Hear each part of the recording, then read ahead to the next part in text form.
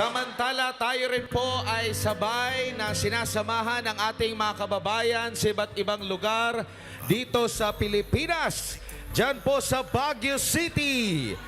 sa Santa Maria, Bulacan, sa Barangay Batasan Hills, Quezon City, sa Cainta, Rizal, sa Imus, Cavite, sa Liloan, Cebu, Rojas City, Capiz,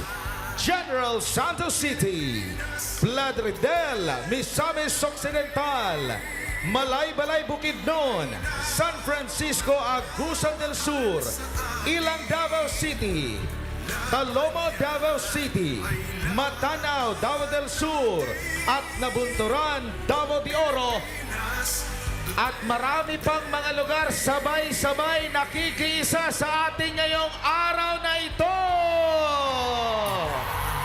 Bayang minamahal, lagi ka